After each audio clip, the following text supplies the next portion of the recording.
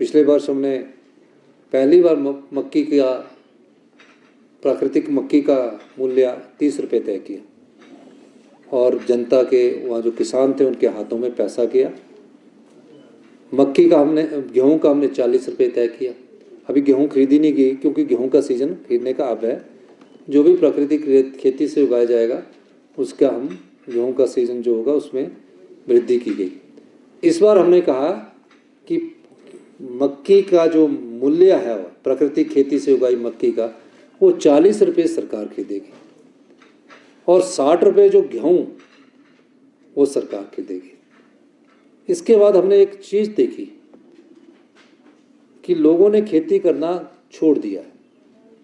उसका मूल कारण बंदरों द्वारा फसलों को उजाड़ना है, नील गाय सूरों द्वारा फसलों को उजाड़ना है। तो हमने कहा कि कोई ऐसी उपज ढूंढी जाए जो किसान लगाए और किसान को उसकी आय हो। इस तरह से हमने पाया कि टर्मरिक जो है, हल्दी जो है, अगर उसको लगाते हैं तो उसको बंदर नहीं खाता है।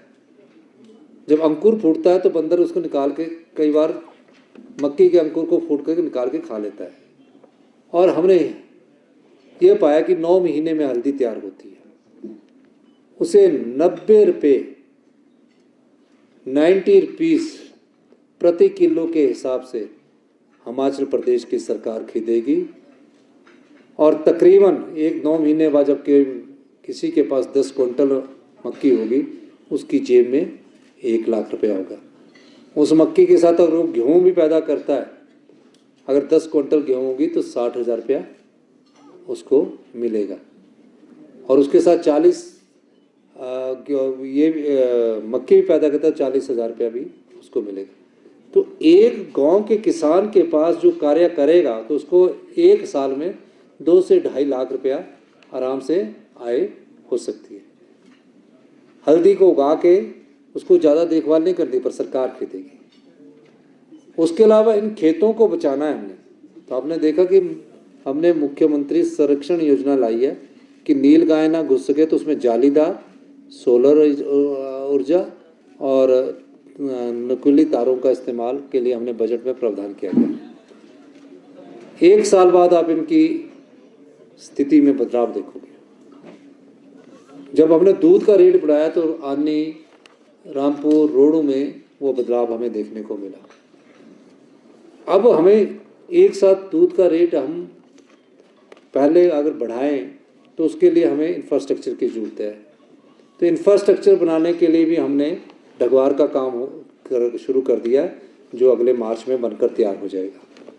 तो इस दृष्टि से खेती को कैसे मजबूत किया जाए और गांव में रहने वाले किसान और आम आदमी जो खेती पर निर्भर है उसकी जेब में कैसे पैसा डाला जाए, ये दृष्टिकोण रखा गया। मुकेश अग्निहोत्री जी, हमारे मुख्यमंत्री हर्षवर्धन चौहान जी, पार्लियामेंट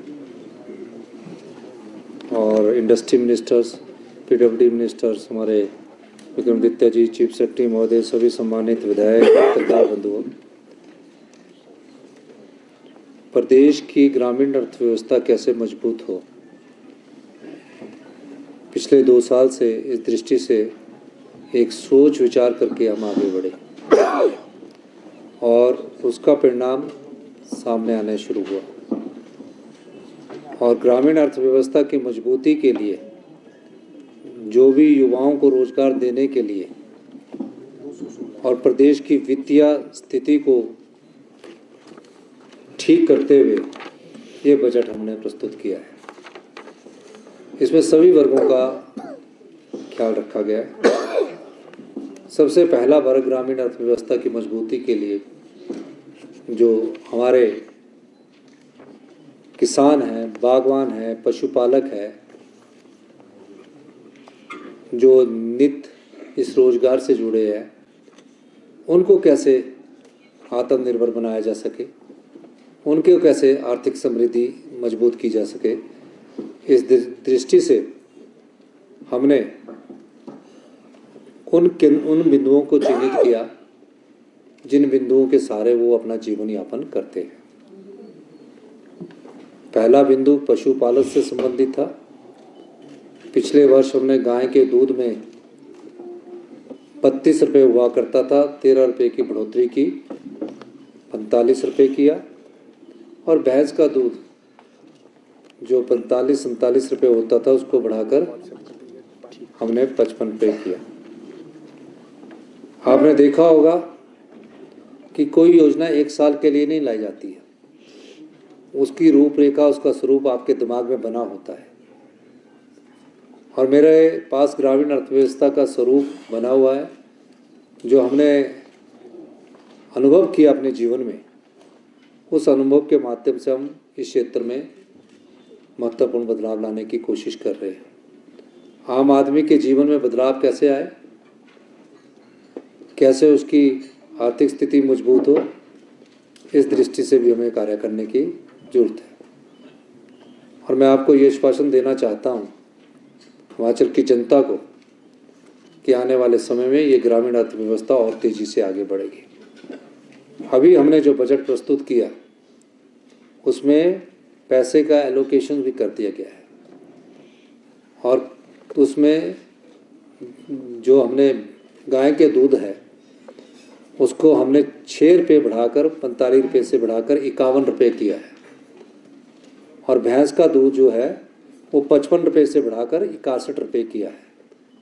उसके साथ हमने एक चीज़ और देखी कि कई बार उनको ट्रांसपोर्टेशंस नहीं मिलती है, और कोई अपना व्यक्तिगत तौर पर दूध लाकर जो मिल्क फैट के नोटिफिकेशन कलेक्शन सेंटर होंगे वहाँ भी लाकर देगा, 5 किलोमीटर से दूर आकर वहाँ देता अपना व्यक्तिगत तौर से, और उसकी क्वालिटी मिल्क की ठीक होगी तो उसे 2 रुपया एक्स्ट्रा और मिलेगा।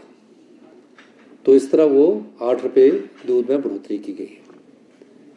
दूसरा भाग, हमारे यहाँ कौन सी खेती होती है और किस खेती के आधार पर हमें आगे बढ़ना है।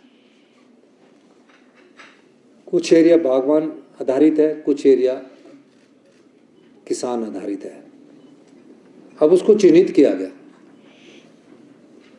जो खेती हो उसमें कैसे उनको उपज का सही मूल्य मिले।